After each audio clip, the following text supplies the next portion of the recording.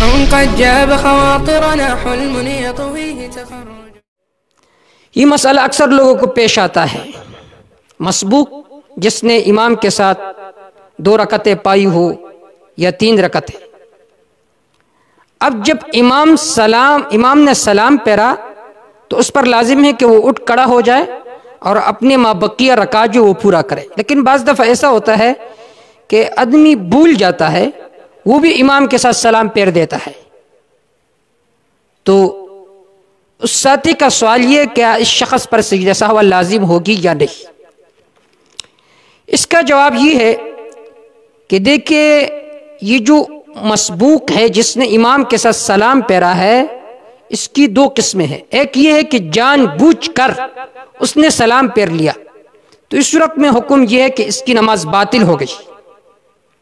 دوسری صورت یہ ہے کہ سہون بھول کر اس نے امام کے ساتھ سلام پھیرا، جیسا کہ عام طور پر یہ صورت اکثر لوگوں کو پیش آتی ہے. تو اس صورت میں اس کی بھی 2 شقیں ہیں. پہلا شق اور پہلا صورت یہ ہے کہ جو ہی امام نے سلام پھیرا تو یہ امام کے ساتھ متصلاً بغیر کسی وقفے کے اس نے امام کے ساتھ قولاً اور فعلاً متابعت کی، تھوڑی سی تاخیر بھی نہیں کی. یہ صورت ممکن نہیں ہے، لیکن فقہاء نے اس کی تصریح فرمائی ہے. بغیر کسی وقفہ کے اس نے امام کے ساتھ سلام پھیرا، قولاً فعلاً، جس طرح امام نے سلام کا اس نے بھی، جس طرح امام نے سلام پھیرا بالکل عین اس وقت اس نے بھی پھیرا. تو اس صورت میں تو اس شخص پر سجدہ سہو لازم نہیں ہے، کیونکہ تاخیر نہیں ہوئی. یہ صورت ممکن نہیں ہے.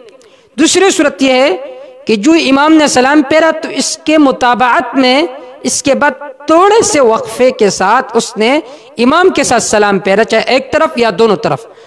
تو اس صورت میں حکم یہ ہے کہ اگر اس نے سلام پھیرنے کے بعد منافی صلات کوئی کام نہیں کیے، کوئی باتیں نہیں کی، یا یہاں سے گیا نہیں ہے، فوراً اٹھ کھڑا ہوا، تو اس صورت میں اس کا حکم یہ ہے کہ یہ آخر میں سجدہ سہو کر لے گا، اس کی نماز مکمل ہو گئی.